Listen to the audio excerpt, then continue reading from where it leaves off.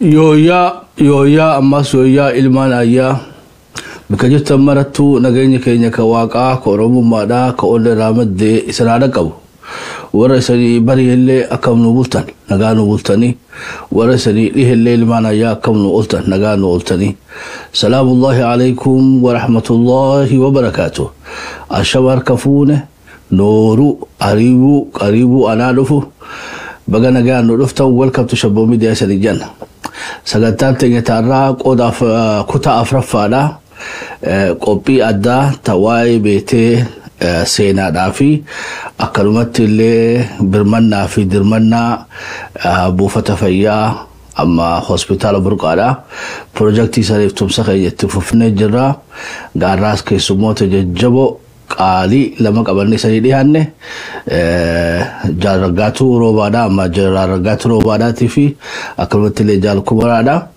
gaa hundi keessanii bakka jirtanirraa akka gaa sagantaa keenya nu hordoftan asumaanuu san kabajna saallee isa biraa deemtullee nu uffachaa gaa qophii tanarraa akka gammaddan abdii guddaa qabna miga gaa akka aadaa oromtichatti keessummaa keenya dhaleessinee nagaa wal gaafannee kallattiin gara sagantaa keenyaa seennaa jenera assalaamu alaikum wa alaikum salaam wa rahmatullahi wa barakatuh Yeku baraka yi sallamanu baga nagaa nu dhuftanii saniin jaa meekaa uummata Oromoodhaa nagaa gaafadhu addaraggaatu kun gaa sagantaan keenya ka irraa boodaa hoggaa sadi afur dura gaafa Kaayiroo turtee ture rakkoo fi haala jajjabaa keessa waliin turre sanirraa gaarraa rabbiin fadhe gaa balloo keessatti wal agarree baga rabbiin ifa kanatti illee si baasee baga gaa karaa dheeraa kanallee beektee qaxxaamurtee biyya sadaffaa keessa jirta aarsaa keetii fi qooda kaleessa uummata Oromoo bira qabdullee si galatoonfachaa baga rabbiin gaa sii fi abbaa warraa keetii fi ilmaan keetillee ifatti san baasisaniin jenna. Alhamdulillah galata rabbiiti dhugaadhaa Shabboo Midiyaan kana dura gaafa Ijiptii san jirru wal dubbisnee turree walit deebinallee jennee an hogguu saniif xiqqoona dhukkube anis qalbitti na deebi'an jeen eegaa ture garuu walitti hin deebine waan rabbi jee malee gaa sagantaa namni jee ta namni saganteeffaten taatu haa ta'u garuu ani yaanni kiyyaa isin Shabboon na deebi'ee miidiyaa Shabboon na deebi'ee na dubbisee ummata kiyya haa jiruu rakkoo san keessa gaafaan jiruu fi biyyallee gaafaan jiruu fi kanallee na bira dhaabbataa tureen galateeffadhaa jeetiin yaadaa ture. haa ta'u guyyaa rabbi jeetu arraa guyyaa rabbi walitti deebi'aa jeesantu arraa galatooma ulfaadhaa isinis miidiyaa irratti nu afeeruu keessanii fi akkasuma ummata keenya gargaarsa ummata keenyaatiifis dabreemmoo ummata kiyyaa jaallan kiyyaas ta'ee hawaasa Oromoo kadhiiraa kan dubartii xiqqaa fi guddaanis jiruu rakkoo keessa gaafaan jiru warri na bira dhaabbattanii karaa diinagdeetiin karaa yaadaatiin haruma hundaanuu hiree tanallee gartee hanga sadarkaa hiree tanattillee hiree tanarrattillee na gargaarutti na gargaartan asumaaniin arraan tana galatoomaa ulfaadhaa jazaa anaa miti ilmaan kiyyaa miti rabbi gartee jazaa isinii haa kafalu jazaa rabbi isinii haa deebisuun isiniin jaa galatoomaa ulfaadhaa isiniin jaa jechuu isinis nu afeeruu keessaniif galatoomaa ulfaadhaa. Ayyeegaa dhugaadhaa gaafa san rakkoo guyyaa takkasii dhukkubee guyyaa kaan ammoo rakkoo teeknikaallee qabaachaa turre akkamitti walitti hin deebiin tanamee Shabboo hojii teenyeetti wal gamaagamna nu hoffalchiisiin jenna hagana addaan turuun keenya dhiifama guddaa si gaafachuu barbaanna. Adeeroo kubaraa kiyya akkam nagaa fayyaa qabdaa dhiyaadhu nagaa gaafadhu uummata Oromoodhaa. Duraan dursee Shabboo Midiyaan galatoomaa kanarraan tanaa asirratti nu afeertan nama keessattuu jaarraggaatu roobaadhaa bara dheeraa bara 27 mokkana deemnaa wal harkuu dhabuudhaa keenyaa fi har'ammoo asirratti wal harkuu keenyaaf isin waliin nu fiddanii wal nu barsiisuu keessaniifis hedduu galatoomaa. Akkasuma uummanni Oromoodhaa kan gartee addunyaa tanarra jirtan hundi keessanuu har'a gartee nuti asirratti ol baanee yaada keenya dabarfachuudhaaf asitti waliin dhufnee yaada keenya dabarfachuudhaaf kan gartee jaallan qabsoo waliin qabsoo keessa turree fi akkasumatti kan hawaasaatis hundi keessanuu asumaaniin ashamaa isiniin jaa hedduu galatoomaan isiniin jaa. Ayya guys allachutu qod beete yeroo teessan aarsaa gootanii asirratti nu argamu keessanii fudhadhaa galatooma. Ati addegini illee asumaan galatoomfadha gaafa san namni jaargaatu wajjin waliin nu fiddeesiidha galatoomtu. Egaa guyyaan irraa waluma keessa oofachaa jirra. Dubbii burqaa taatullee dubbii raggaatulleedha. Dubbii beetee shamarra keenya dubartoota keenya qabsoo keessatti aarsaa gurguddaa falaniiti. Guyyaan irraa honka asli Oromoodhaati. Khabete heddu lechuhi gama maqaadha hin danda'u seenaa raggaatu fin dhiisaa jechuudha. So waa hundaa'u seenaa fi gubaatallee waliin gaggeeffannaati ilmaan ayyaa itti dhiyaadhaa isanii jan. Raggaatu wanni jechuu barbaadu keessaa irra deebi'eetiin qooda keetiif illee si galatoomfadhaa walitti deebuu dhabuu keenyaaf illee dhiifama guddaadha. Ammoo barri sanii harta kan dukkanaa suma fakkaata jechuudha barri san qabsootti makabtasani haala dukkanaas haa taatu ammoo seenaan irratti boonnu ammoo gaafa san irra dalagamte jechuudha gaafa irra silaa miidiyaan jiru gaafa dammaqinsi jiru gaafa beektee akka kalee san hin jirre irraa mirqaanninii fi murannoo fi hojiin jajjabduu irratti hin boonnu gaafa san dalagamte waan gaafa san dalagamte hedduu keessa ammaas akka urjiitti dubartiin ni iftii jechuudha. Mee taduraati gara qabsoo Oromootti dhufuu keetiif dubartiin si fakkii taate modeela taate tan beektii ati irratti ilaallattanii jirti jarra. Ani yeroo manaa bahutti namaan laalladhee manaa bahe kan dubartoota hin qabu garuu ergaan dirree qabsoo dhufe. Dirree qabsoo san keessatti akkaan obsuu fi hadhaa jaallan dirreen qabsoo hadha qabdi hadhaa jaallan keenya san obsanii danda'anii dirree qabsoo san keessatti dabarsuudhaaf jaallan fakkii naa ta'an ni jirani. Animmoo wanni gartee gara qabsoo dhufuudhaaf na kakaase wanni guddaan jiru gabrummaa uummata Oromoorra jirtu. Gabrummaa uummata Oromoorra jirtu tana akaakoo keenyaas haa ta'u, akkoo teenyaas haa ta'u, abbaa keenyaas haadha teenyaas haa ta'u, hiriyoottan akaakoo fi abbaa keenyaa haadha teenyaatis haa ta'u isaanirraa dhaga'a. Ija teenyaanis daa'imummaa keenyatti waan gartee diinni uummata Oromoo godhu bara nuti gaa daa'imaa sanitti osoo nuti qabsootti hin dabalamin dargiidha ka jiru. Seenaan moogaa Haayila Sillaasee haadhotii keenyarraa abbootii keenyarraa kaakayyoota keenyarraa dhagaati guddanne jechuun waan isaan nama godhanii akkaataa isaanitti irboo nama saffarsiisanii namoota mootummaa kanaaf haada ta'anii hokkoo ta'anii mootummaa saniif hojjetanis xiqqoo waan isa waa'ee isaanii kana dhagaa guddanne jechuun akka isaan uummata keenya godhanii dargii ture dargiin ammoo uummata keenya maal akka inni godhuu fi akkamiin inni godhaa ture ijaanis harkaat gurraanis dhagaa itti guddanne jechuun itti guddannee barre gara qabsoo sanitti akka dhufnu roorroo uummata Oromoorra itti geggeeffamtu rakkina gartee mootummaan sun uummata keenyarraan ga'utu gara qabsoo akka dhufnu nu godhe. Rakkinni kunis fakkeenyaa nama naannoo keenya ture nama beekamoo namoota gurguddaa warra akka Sooleefaat ture warra akka Utteefaat ture Abbaa Dinqaa jennaani. Ammas nama Anniyyaati namni suni nama Sayyid Haaqim Abbaa Jundaa Jaanfaatu naannoo keenya ture. Namni kun nama hadaraa guddaa qabu namni dhufee bira dhufee namni kun gartee waa hedduu irraa baratu jechuun namni kuni naannoo keenyatti gaa namni hogguu walitti dhufee jimaa kana fudhatee jimaa kana afaan kaayyatee haasa'a jechuun namni kun wal amanaa waliin shakkuu namni yeroo sanitti taa'anii waliin haasa'an jechuudha. Kana hunda dhagaa guddanne isaan kana hunda dhagaa guddanne jechuudha.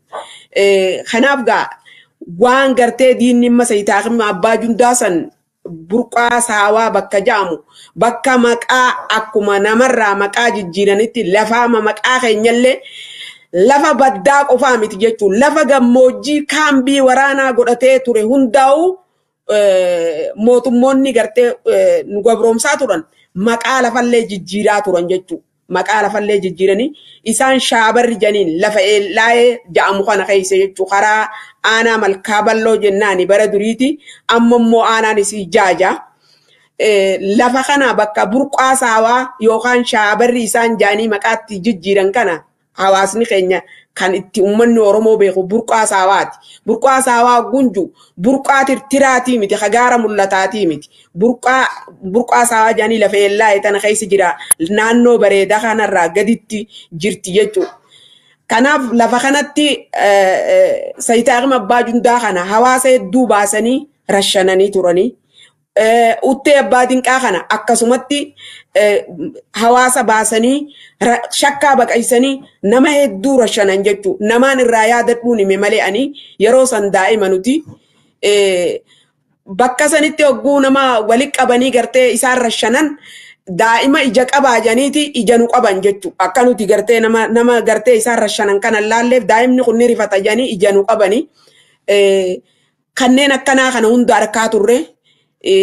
Kanaaf gaa roorruma tanaatu gara qabsootti akka baanu nu godhe saniin gara qabsoo dhufne erga immoo gara qabsoo dhufe warra akka jaalibsituu magarsaa faatu gaa dubartoonni nu dura qabsoo keessa jira warra akka jaaljuukii bareentoo faa jira warra akka jaal saartuu faa jira isaan kana fakkii godhanne isaan kunuu bahanii obsanii dhiiraa wajjin gaara kana keessa jiraachaa jiranii nutis maali jiraachuu qabna akka isaan jiranitti jennee murtii firratti murteessinee dirree qabsoo san akka mana haadha abbaa keenyaa godhannee jaallan keenyaa wajjin qabsootti fuufnee jechuudha. Ayyoo waan ajaa'ibaati ittiin deebamee gara akkuma irratti adeemu adeeroomee amma hoggaa 27 eega waliin arkin isaaniis gaa adeergaatu gaafa sanitti beetee carraa waliin qabsootan harkattanii jirtan dirreetti isaa taatu amma dhageettiin haa taatu amma harkaan haa taatu bari ati qabsoo san keessatti hirmaatte maal fakkaataa naannawa kamii qoonni ati gaafa san kafalte maal fa'aadha jechuudha. Bareeda gaafii bareedduna gaafatte dura jaarragaatu sanirraa hin achi bahaa jaarragaatu wal beeytanii qabsoo keessatti wal battanii kan joorraa kan kaasee Nani dhugaa dubbachuudhaaf akka haala tiyyattiin beekaa jechuudha isin qabsoo Oromoo tana keessatti qubee afaan Oromoodhaa isiitu na barsiisee hin jedhe. Dhaabacaa isin na lakkoofsise marraa duraattii fi nama akkasiitii jechuu isin dabree immoo battala waliin seentanii yoo jettee kan na gaafattu taate mirgaa bitetti waliin seenneeti madoo waliin dhiigaa namaa hunda qaamaan dhigannee dhiigni namaa guyyaa 2 faa 3 faa 4 faa nurra oolee guyyaa 5 faa booda eega bishaan harkaan dhigachaa turree jechuudha. Jaarragaatu yoo jette amma gaa akka dubartoota Oromoo irratti jaarragaatuun dirqama 3 deemachaa turte qabsoo keessatti kan waliin turre muraasa keessa waliin turre muraasarraa dura haakima ittaan abbaa seenidhaatiin turte dabre immoo haakima muraasaati akkasumaanuu irreeffama haakima muraasaatis qabaachaa turte nama akkasii dhiigaa isiin dirqama irreeffama sanii wajjin akkasii deemaa turte isii beektaa yoo jette isii waan na guddisee jechuun hin danda'aa qabsoo keessatti isii fara laalallee qabsoo tana kan dubartiin kana gootu jee meeffadheetti deemuu tuutu turee jechuudha. Kanaaf kan biraa ani qabsoo tana ijoollummaadhaan itti dabale isiin hunda beektii an xiqqaadha. Qabsoo tana gartee akkatti itti dabalamne amma dhugaa dubbachuudhaaf amma adeera kiyya Abrahaam Said obboleessa abbaa kiyyaa akkasumatti amaaraa ajjeesee jechuudha Haaji Bushraa Faawwachi.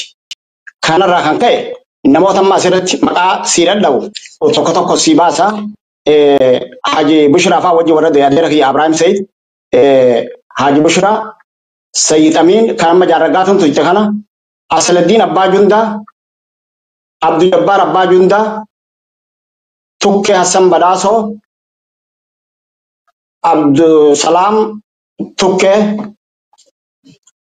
Abdul Samad Tukkee obbolee jedhanii beekaa ilma abbumaa fi ilmaa jechuu jedhu kun Abdul Samad Tukkee Muhammad Ali Muhammad Amin Tukkee Sani Jembo Hussein Jembo obbolee jedhu kun bakka takkatti dhumanii beeke Hassan Ali Boruu Bisa dia bakka takkatti warra gatee jechuudha diinni dargii keessa. Muhammad Ali Haruucoo inninis Tukkee Hassan Badhaasootii wajjin warra ajjeesan. Ijoollummaa biyyatti beekan gaafa san qabsootti hin dabalamne ijoollummaan hin beekan jara kan. Akkasuma Sheikh Muhammad Adam Ali mullu akkasumatti jeesan. Muhammad, Adam, Usman, Gadaa Umar akkasitti jeesan. Sheikh Muhammad Abdurrahman Komboco akkasumatti jeesan. Kun warra dargii keessaatii jechuudha jarri kun. Kaangaa akkasumatti mallee ijoollota Tigiree gaafa bara sirna Tigiree keessa gatame kanis maqaan tuqaa Ibrahim Ahmad Umar Ibrahim Ahmad Umar akkasitti jeesanii jechuudha isaas Umar Batuuti. Ibrahim Ahmad Umar Batuu ganda biroo seedii beekamaadha jaarragaatu ni beekti. Akkasitti jeesanii jechuudha kanaas Tigiree tajjeese. Aliyyi Ahmad Yusuf Raaboo mana Aruusaati fuutee jette. Akkasuma ammaas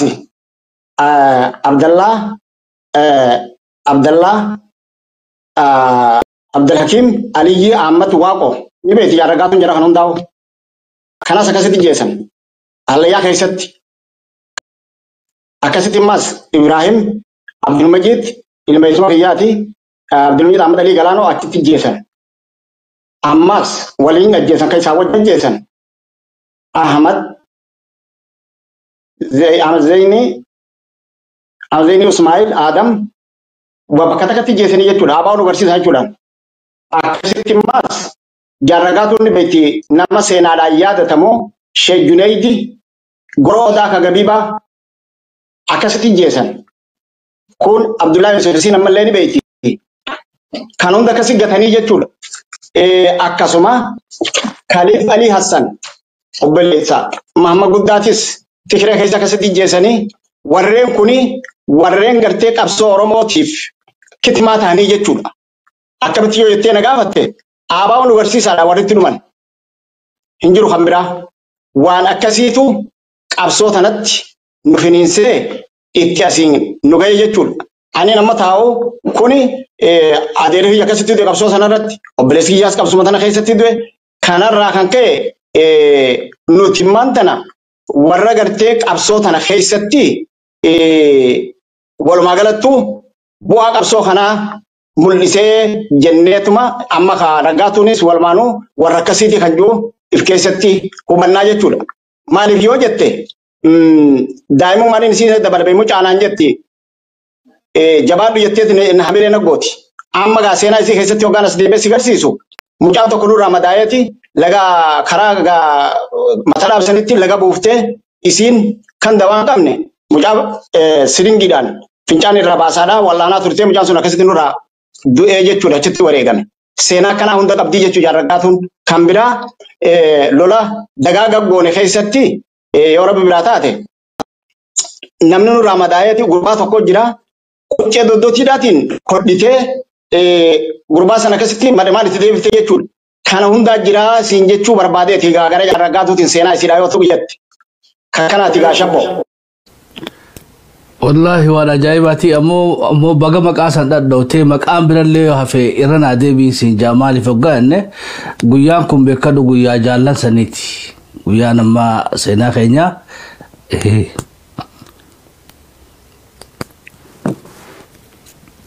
guyyaa isaaniitti jechuudha.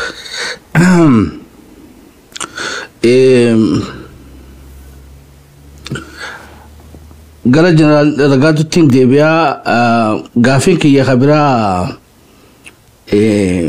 dirreen leenjiidhaa qabsoo hidhannoodhaa itti goote amma kaa beekadhu amma kaa dirooniidhaan waraanni maramaa jechuudha. Kiyya kumaantamaan irraa afaan Finfinneetti eebbifama bakka kaleessan hin jirru amma gaafa keessan sanii maatittuu nimtanii jechuudha. Ila guddaan naannoo adda addatti wallaba naannoo garii waa irraa dhooyfatteeti maatirraa illee dhooyfatteeti qabsootaa jechuudha. Barri san bara akka malee ulfaatu jaallan waliin leenjiseentan jaallan waliin eebbifamtan eenyu isan leenjisee sanis haga tokko maqaan haadha'i lolli ati dura seentee lolli ati duratti seentee itti abaabdee itti beetee itti takka jettee qabsoo Oromoo dhukaafte sanni yaadatta. Ni yaadadha wanni sun waan ijoollummaa waan ta'eef waan irraanfatamuu miti ni yaadadha. Dura immoo osoo san hin jenne waa'ee jaalkumarraan jee irratti ni gartee xiqqishoo dubbatuu barbaada. Maali yoo jenne jaalkumarraan akkuma jee daa'imummaan gara qabsoo dhufe. Dhuguma wajjumaan guddanne amma qubee afaan Oromoo isiin na barsiisee jee. Anamma hin beeku inni immoo ni beekaa jechuudha. Dhuguma namaan akkasi barsiisee sinumaan qaba. Haa ta'u naaf jaalkumarraan guyyaa wajjin dheebonnee wajjin beeloyne rakkoo hamtuu hadhooytu waliin garrellee jira. Fakkeenyaa warra akka jaalguysaa galmoo kanuma amma as dirri bakkaanan jiru tana na bira jira. Akkasuma jaal dhugoomsaa dhugaasaa tis wajjin gaafa san rakkoo san keessa seenne. Nuti nama 17 moo kana gara dhaaree kanarraa gara baalee kana karaa beeltoo jaan kana karaa kanaa jechuun karaa kanarraa kaaneeti gara sarar deemna waraana keenya gara sarar karaa qaacheen karaa raayituu jiru kanatti qunnamuudhaaf jecha deemna jechuun karaa baalee kana osoo deemnu namoonni lafa beekan silaa lafa beekan nu biraa yeroo dheebotanii beelahanii dadhabnee daadarkooynu nu biraa kutanii nuti lafan beeynu dachiin beeynu bakka bishaan jiran hin beeynu bakka hawaasni jiru hin beeynu. Bakka gartee waraanni keenyalleen itti argamu beeynu dachiin tun tanaasanii beeynu jechuudha. Takkaa lafa san dhayneen beeynu erga qabsotti hidhamne. Amma lafa kana keessatti egaa guyyaa deemna. Yeroo deemnu keessatti lafti lafa gammoojjiiti, lafa dheebisaa, lafa bishaan hin jirre, bishaan harkaa qabnu finne dadhabne namni hundinuu biraa gaggabe jechuudha. Nam jaallan keenya hundinuu jaalguysaa ta'u, jaaldhugoomsaa ta'u isaan hundinuu nu biraa lallaaffatanii. Yeroo kana ammaan bakka takka dhufnee bakka takka gattatteenyee yeroo tatteenyutti ijoolleen namni lama nama ummata hawaasa lafa sallahaat jaamtu jira. Lafa sallahaat jaamtu san ummanni keenya karaayituu kunii fi ummanni Somaalee gammoojjii warri tiifattuun kun wal dhahan jechuu isaan lamaan wal hadhatan jaan isaanii wal dhahan. Isaan kun wal eeggatan. Amma dura Somaaleen namarraa ajjeeftee ummanni keenya agartee arsii raayituu kunis isaan barbaadaa jechuudha. Kanaafuu bishaan kana dhugdi Somaaleen tuni qawweedhaan dhugdi bishaan kana. Bishaan kun lafa Oromoo keessa gaadachuun dachuma Oromooti. Qawweedhaan dhugan bishaan kana. Amma ijoolleen kaatee nama bakka sagalee horiin jiru kana bishaan hin dhabamu jechuudhaan nu biraa kaatee nuti dhukannee teenyee ogguu ummanni kun bishaan kanarraa deebi'e galgala bishaan kana dhugnee dadhabbii tana baanee gara waraana kanatti harkatuu dandeenyu deemna jennee yaada qabna. Silkiin hin jirtu, telegiraamni hin jiru. Ummata keenya kaasilaa duraan irraa wal qunnamnu akka telegiraamaa akka silkii nuu ta'ee bakka agartee nuti jirru wal nu qunnamsiisu ummanni keenya safaratti wayyaaneen galchitee jirti akkuma dargiin galchisanitti. Kanaaf gaamma ijoolleen kaatee bishaan kana dhayxi ogguu dhayxu joorri Somaalee ummata raayituu kana jedhu kaasatti bane. Aduu orraa tana keessa gaamma kaanee gaa ummanni Somaalee kunis nama keenya qawwee harkaa qabu nuus ta'e hawaasaas ta'e waliin dhiifnu jechuun nuti hundinuu kaanee aduu tana keessa kaanee deemnee yeroo deemnu namni nu biraa dheebuu tanaan gaduraa nu dheebuuf daadarkaa beelaatiif kanaan nurra jira namni nu biraa hafe jaallaniin jeen walit siisee walit shorroisinee namni kaan nu biraa achi deemee fincaan isaa dhuga. Nama aboo hin jeen bishaan fitne hoddaa hunda fitne. Achi deemeeti nama fincaanee bishaaniin isinoo baasaa hoottaa ja'a bishaan willee fincaan kiyya kana willee hooddatti akka gaqqicee ogguu corii bishaanii tana dhagaan natti asoriyan ogguu isaan dhufanii noo baasu jechuudha. Akkasitti haga takka tirsinee asirii ogguu ga'u namuu kattee namuu dadhabe jechuudha. Jaallan namni deemuu dandeessan na jala deema. Namni deemuu hin dandeenye immoo asuma ta'a yoo lubbuun jiraadhe isinittiin deeba isinirraa nafu. Yoon du'e narra laalinaan jeen haga qawween teenya takkittiin rasaasni afaan jiru waraana bilisummaa Oromoo dheebuu fi beelaan osoo qawwee harkaa qabuu dhumeen seenaan teenya nu baddi seenaan teenya akka nu ban ani immoo deemeetiin bishaan isin fidaan jeen kaanee ka warri deemuu danda'u kayan na jala deeme akkasitti jaalkumarraa kana faadha warri na jala deemee kaanee deemnee hoggaa yaanee galgalarraa sa'a lamatti bakka bishaanii tana dhufnu. Ummanni keenya karaayituu bishaan kanarratti Somaalee eeggata. amma ogguu nuti bishaan dhugnu isaan nu beekan nuti Oromoo ta'uu nu beekan waraana bilisummaa Oromoo ta'uu nu beekanii isaan dhokataniituma gaa haxii qabatanii jechuu haxii jechuun dhokatanii taa'uu jechuudha. Ta'anii isaan gaa nuti haga bishaan dhugnee nuti asii wanti jennee kanurraa ogguu bishaan kana dhuge namni kun ni haqqisaa kanallee biyyee faa dhuumnee sukkara faa dhuumnee obaasnee akaawwii guduunfannee firraa qabnu jira harka walii qiqqinye akkasitti wal wayyeeffannee ogguu nuti jennu. Mataa qaamni kiyya kun gaa nama waraanaati nama ala jiru gaa'ii ani qaamni kun na beeke qaamni kiyya akka waa asirra jiran qaamni kiyya na didee qawwee tana qabadheetumaan taa'a namuu qawwee keessan qabadhaa taa'an jeen amman jeen jaallan osoo asirratti bishaan kanarra wanni takka nu mudatte maal taataniin jeen wallaahi jee mucaan tokko effeewwan kana tokkicha yooniin bombii beeke effeewwan kiyya kana tokkicha yooniin dhagaa kana keessatti darbe sunuuni gaafi asumarra dhumna malee bishaan kanarraa ayyaanu naan jee aya ammaan ka'eetiin akkuma nama gabbawuttiin qaamni kiyya kun mataan akka na guddata qaamni kiyya kun akka surururur na ja achi deeme yeroon achi deemu akka san dura na mudate wanni kun gufuudha jee osoon itti deemuutiin diina wanni suni diina gubbaa dhaqee diinni rasaasa nu dhukaasee jechuu san dura bakka biratti jechuu lafa biraatti amma tasa gaafa san tasame san waaniin beekuuf jecha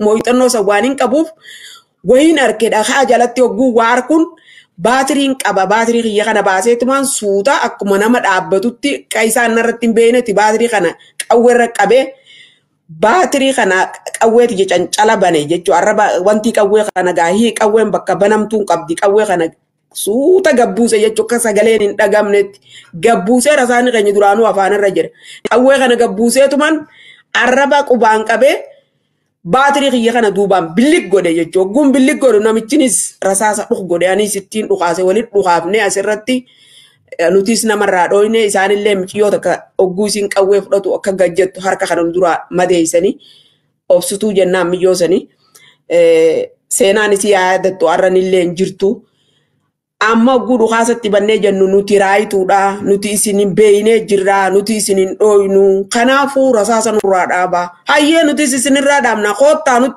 nuti isinitti hin dhufnu yoo qagartee isin dhufne isin qawwee nurraa fuutanii nuti immoo qawwee teenyaanuu yaa'u daddabne ogguu sawwaa takka hin dandeenyu. Tigreen nun dhiiftuu kanaafuu nuti gartee Somaalee eegganna malee nuti isinii namni eeggannu dhaabaa jana hayyee dhaabaa jaallan irraan dhaabsise waraana. Isaan kaanii oriyan madoo nama lama irraa dhaame yeroo itti deemnee laallu ijoolleen gaa nama keenya dhaamanii jiranii huccuma isaaniitiin dhiiga isaabee fi hidhee fi dhiiga hidhee fi qawwee isaanis jala keenyeetuma bishaan keenya waraabbannee gaa nuti immoo kara jaallan asrii isaa sagal dhiifnee sayyaa'uu eegalle. Isaanis ogguu aduun irraa qabbanooytu achi yaa'anii gaamma hoggaa silaa isaan nu dhiyaatan dhukaafni kun nurra baname. Bakka asiritti dhiibne ogguudhainu nama tokko qofa Dr. Fayyisaa jennaani nama san qofa achi harkanne bishaan obaafannee isa fayyifannee isa qofa fudhanne jaalgoomsaa fi jaalgussaan faan jaallan kaan fudhatanii isaanis amma isaanis kararraa maqanii karaa nuti silaamma ittiin deebinu kanarraa nu bira kutan wal bira kun dhukaasa kanaaf jecha xiqqoo dhaabbatanii isaanis bishaanuma kanarra dhufan bishaanuma nuti dhukaasa rabbanne kan asirra dhufanii asirratti gaa isaanis bishaan kana dhuganii dheebuu baanii wayyaanii kaanii gaa bishaan kanarra turuun hin taa'u diinaafi kaanii baan nuti amma achi dhaynee jaala san fayyifannee bariisaa ganama sa'a 12 bakka sanitti dachaan hoggaa dachaanuu gaa isaanis dhabnee wal dhabnee xiqqoo silaa jaaldugoomsaaf jaalguu isaan nurra wayyaa turanii qaama nu hoogganu kanuunis deemuu isaanis dhabnee kophaa baane jechuu waan nyaannu hin qabnu waan takkallee amma jaalkumarraa kana faan jaallaniin jeen tatteenyeeti hoddaa mudhiirra deemannuuni jira hoddaa kanatti qamadii akka gagguurreeti dandhaarraa jala daddaarree muka uchuma jaanii muka ibiddarraa buufatanii jira gammoojjisanii muka sanarraa ibidda buufanne ibidda jala shinnee waa'uma kanatti hoddaa kanatti affeellannee mukaan keessaa gagguurree jechuu hoddaa keessan buutu gaa hoddaa afaan xiixxuudha kana faffacaafannee wayyeessinee gaamma yaa jaallaniin jeen hoggaa xiqqoo ayyooynu as garaa asiritti bishaan mukana gubbate eenyaa beeka bishaan kanarraa hin fagaannu. Amma jaallaniin jeen mee namni lafa tana beeytan lafuma tana xiqqoomallee gurrattillee beeytan jirtanii jennaani jaalkumarraan kun akka jee ani jee hawwisoo arsii takkaan beeka jee sambalee xagaaraa yaada jette takkaan beekanaan je. Haga irraati yaadadhaa jaalkumarraan dhuguma daa'imummaan gaa qabsoo keessa waliin guddanne arra nama qaama isallee irruuti dhugaa rabbitti arraan tana jiraatee waliin jiraannee asirra dhiyaachuu keenyaaf hedduu takka gammannaa isinilleen galatoomaa waliin nu dhiyeessuu keenyaaf wallahi hedduu takkaan gammadaa akkasitaa jaal kumarraati. Kaan immoo an dirree leenjii itti leenjii Harargee baa bara ammaa sanitti Harargee baan jaamtu lafti sun Harargee Jiddugalaa jaamti. Harargee Jiddugalaa aanaan malkaa bal'oo yeroo dargiiti amma immoo aanaan isii jaaja. Lafti isii duwida lolahaa jaamti. Bakka fardaaniyyii jaamtuttiin dura leenjii waraanaatii fi leenjii hawwisummaan hin ba'e leenjii hawwisummaa achittiin fudhadhe. Namni nu leenjisu leenjisaan keenya haa waraanaa jaalataa tarree jennaan. Nama waraana bilisummaa Oromoo hedduu bara dargiisan leenjisaa ture. Nama obsa guddaa qabu. Nama dhalootaan ijoollee Harargee naannoo karaa Haramaayaa haa ta'u, Awwadaa haa ta'u, naannuma kana haruma kana namuma naannoo kanaati. Nama murataa goota gomceedha. Nama nuti waa hundaa nu obsisiisee, waa hundaa nu barsiisee akkatti gartee obsinee qabsoo san geggeessinullee nama nu barsiise jechuu inni. Qubee afaan Oromoo immoo jaalibsituu Magarsaatu nu barsiisa. Isaanii wajjin jaalleen Coolemoo fa'aa jira. Jaalleen Coolemoo abbaa keenya. Abbaa keenya abbaa dhugaa abbaan abbaa nama dhalee qofaa miti. Abbaa dhugaa abbaa qabsoo Oromoo dhugatti ka lubbuu isallee arra Oromoof je'ee lubbuu isallee jijjiire ka bakka dhugaa dhaqee seenaan isaan haa yaadattu haga jirru silaagaa waa hin irraanfannu. Isaa faatu nu barsiisaa ture. Leenjisaan kiyya karaa hawwisummaa jaal Jiisaa Ciibsaati. Jaal Jiisaa Ciibsaatis namuma Harargeeti. Ijoolluma Harargeeti. Ijoolluma karaa gartee Haramaayaa Dirredhaa haa ta'u gaa nuti bara qabsoo keenya qabsoo san keessatti ati eeysaa hin jennu. Gandi kee eeysaa ati ilma eenyuuti maqaan kee gandaa eenyu hin jennu nuti. Waliin gaafannu. Wal gaafatuun hin jiru. Nuti Oromummaa qofaa walii firoomna. Garuu loqo daangaa nama kana namni kun eessa akka ta'e Harargee yoo ta'e Arsii yoo ta'e Wallagga yoo ta'e Shawaa yoo ta'e Walloo yoo ta'e loqo daan ni beeyna jechuudha. Afaan Oromoo bal'aa waan ta'eef Boorana yoo ta'es akkasumatti ni beeynaa jechuudha. San malee bakka waliin gaafannu isa faatu gaa jaal Jiisaa Ciibsaa santu hawwisummaa nu leenjise isaan na barsiise. Dirreen leenjii anitti gartee dura jalqaba itti leenjii fardaaniyyii bakka jaamtu sanii fardaaniyyii sanirraa immoo gaa nuti nama humna riphee lolaa tokko waan taaneef bakka takkitti taa'aa hin teenyu. Bakka sanirraa ammas bakki leenjii itti xumurannee maayyiitti eebbifamne burraaqa lafajuu lafachumarraa fagoo hin ta'ini jechuun lafuma daqiiqaa 30 yoo akkam jabaatte sa'a takkamtu jechuudha. Akkuma takka waluma beeku. Achittiin gaa xumuradhee eebbifamee hawaasa duratti deebinee hawaasa keessaa baane duratti deebinee waa'ee hawwisummaa saniin hawaasa agarsiisne haadha abbaan keenya kabiraa baane kanu jala boohan ilmaan keenya ijoollee dhalaata nu deebisaa ijoollee dhiiraa fudhadhaa haga gartee waraanaan jaan takkatti ja'aa turanii garuu hogguu nuti deebinee isa agarsiisa isaan agarsiisnee roorroo waan diinni isaan godhu kana bifa hawwisummaatiin bifa walalootiin isaan agarsiisnu gammadanii dhaabaaf nu eebbisan jechuudha. Dhaabaa fi uummanni hogguusan akkuma haadhaa fi ilmoo akkuma abbaa fi ilmootti waliin jiraachaa ture jechuudha. Dhaaba adda bilisummaa Oromootii fi uummanni Oromoo naannoo saniiti uummataaf nu eebbisanii. San booda ragaa leenjisanis xumurannee erga xiqqoo turre booda bakka ulfa jaamutti lola duraa seenan. Lola duraa nuti hawwisa waan taaneef humnuma duubbeetii wajjin jiraanna.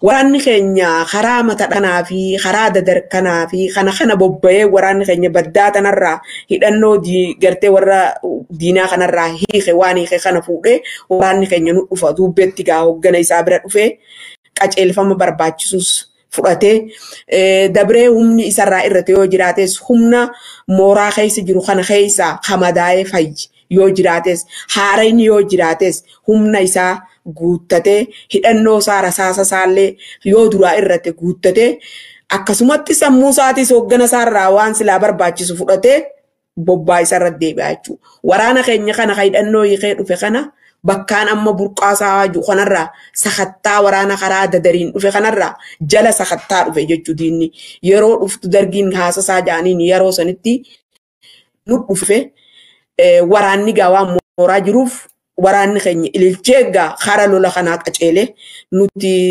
dubbee kana teenya silaa guyyuma tokko lola kana keessa seenneetuma loluma kana garree jenna jechuun nuti humna dubbee keessa waan jirru. Ani immoo jaarsa tokko jira abbaa ursoo jennaani abbaa ursoon sun nama guddaa qawwee faal qaba faal mukaa jedhanii faal kana qaba guyyaa ani hogguu wardiyaa wajjeen abbaa ursoo qawwee tan akkatti kanii fi akkatti wanti godhan nagaan faal kanaas nagarsiisin jaantaniin harkaa qabu tana qofaa miti nuti gaa qawwee takka dhugii faan ukkannaniitu hogguu wardiyaa achi baane wardiyaa baana hawwisoo waan taaneef qawwee warkaan qabnu ani amma qawwuma waraanni fidee gartee hararraa kan akka irkattee teessu tana keessaa hin takka qabadhee butadhe jechuudha. Ogguun fiiguwaan dardara amma shamarran amma gartee lafaa kaatu tana ijoollee gammoojjiiti ijoollee aannan dhugaa deema oowwaa kana muranii nyaachisaa dhadhaa foon gartee re'ee asii qalanii nyaachisaa guddisanii ani humnaan qaba jechuudha jabduudha if dhaadulleef hin jiru. Hoggaa kanaan abbaa ursoo kanarraa qabee isaa kana fudhadhee qawwee kiyya kanatti kanneen humnaan fudhadhaa bara humnumaan abbaa ursoo kan harkaa fudhadheetiin fiigee waraana kanaa wajjin lola seene jechuudha. Yeroo lola seennu qawween kun faal kun humna barbaachisa humnaa fi mooyxannoo barbaachisa fuudhee jechuun guun dhukaase qawween waraana labbaana garagalchite jechuudha. Oguu labbaana garagalchitu jaal odaa jennaan nama sanii hin jiru inni sun ammaan tana ni wareegame. Inni kun qawwee tiyya tana faal kiyya kana narraa fuudhee kilaashi isaan akkannee jechuudha. Lolli ni nan jalqaba dura seene lola sanirratti waraanni keenya diina ariyee haga jala tokko baafne haga arraa qawween isaanii hallayyaa san keessa jirti jechuudha. Lolli ulfaa kun lola hedduu marraa hedduu ulfa kanatti lolli deddeebi'ee ture. Sun lolli anamma himu kun lola gaafa dargiiti. Gaafa dargillee lolli biraallee ni jira kasan booda chin ulfa sanin lollellee ni jira jechuudha. Yeroo afaan dargiin bu'uu deemu kana gaafa san jaalkumarraan faanillee ni jiraniinsa akkasitti ililchinee gaa dhugatti waraanni keenya hedduu wallaahi ogguu diina inni moohee wanti jennu hedduu gaa gammanna maaliif jennaan diinni sun roorroo hamtuu ummata keenya irraan ga'a horii ummata keenyaa qaqqalee nyaata ummata keenya tuma ummata keenya ajjeesa. Namaan beeku'an Mahammad Abdullee Ussoo janii nama nooleetiin gurbaa dardaraa gurbaa bareedaa diimaa kana afaan kee haa jijee qawwee afaan keessa kaa'ee laal bishaan waraabnee gandaa bishaan dhaynee deemna ajjeese jechuun duratti. Kana hunda waan hin beekuuf jecha kan hundi na keessa jirti jechuudha. Obboleeyyan kiyya kanarra gurguddaatii wajjin warra shaggooyyee taphatan kadhiiraa kadhalaatii wajjin shaggooyyee taphatanii guddatanii jechuudha. Mahammad Abdullee Ussoo suni arrallee mataa kiyya keessa jira jechuudha. Keessaan banne mataa kiyya keessaa. Kana hunda yaadannaa waraanni keenya gaa diina ariyee anis gaa ililchee waraanaa wajjin akkasitti guyyaa saniin lola jalqabaa guyyaa saniin seene jechuudha. Jalkubaraan logota kana obsiti egaa hawwisoo jette shabboon bee haboon beetee wallee gaafa hawwisoo sayoo hayaadattu taate xiqqoo hanaa jettu jaa bee taati jaalatu taatuu tana biitii sii jaalattee taatuu ta bara sanirraa bara hawwisoo sanirraa tashabboodhaa fi hawaasa keenyaaf jettoo jiraatte. Taniin hedduu jira. Hedduu jira san keessa ammoo helleenis ni jirti bifa helleetiin jechuun arargetti gaa hellee taphatanii bifa helleetiinis ni jirti bifa shaggooyyeetiinis ni jirti bifa helleetiin taa'uunaan hin malleen deema karaa duulaa faa jenna. Akaakoo gabroomee biyyoo dhaalchiseen deema karaa duulaa osoo tattaafatu abboonna dhaalchiseen deema karaa duulaa namni biyya hin qabne nama maana hin qabneen deema karaa duulaa akkana faa jenna ammas yaa saba koo خانه برانو أفان كنيام بريها برسيفنو جنة فايلتين يا سبغو أفا عادات نباد يا سبغو خانه بربادن يا سبغو أفاني في آدا يا سبغو خنيان كباجن يا سبغو خانه برانو أفان كنيام بريها برسيف يا سبغو أبا جنجل كامنا يا سبغو ittiin barreeffanna yaa saba koo kaanee yaa barannu afaan keenyaan barree yaa barsiifnu jenna yaa saba koo hayyoonni addunyaa yaa saba koo hoggaa dubbataani yaa saba koo jiruun saba tokko yaa saba koo tokko faana faani akkana jenna yaa saba koo nusi ilmaan oromoo yaa saba koo Chafa makeenyaan yaa saba koo barree wal barsiifna yaa saba koo nusaaf an keenyaan akkana jenna akkana faa jenna kana faa jenneeti gaa bifa elleetiin kana faa jenna bifa shaggooyyeetiin ammoo akkam jenna yaaboo bifa shaggooyyeetiin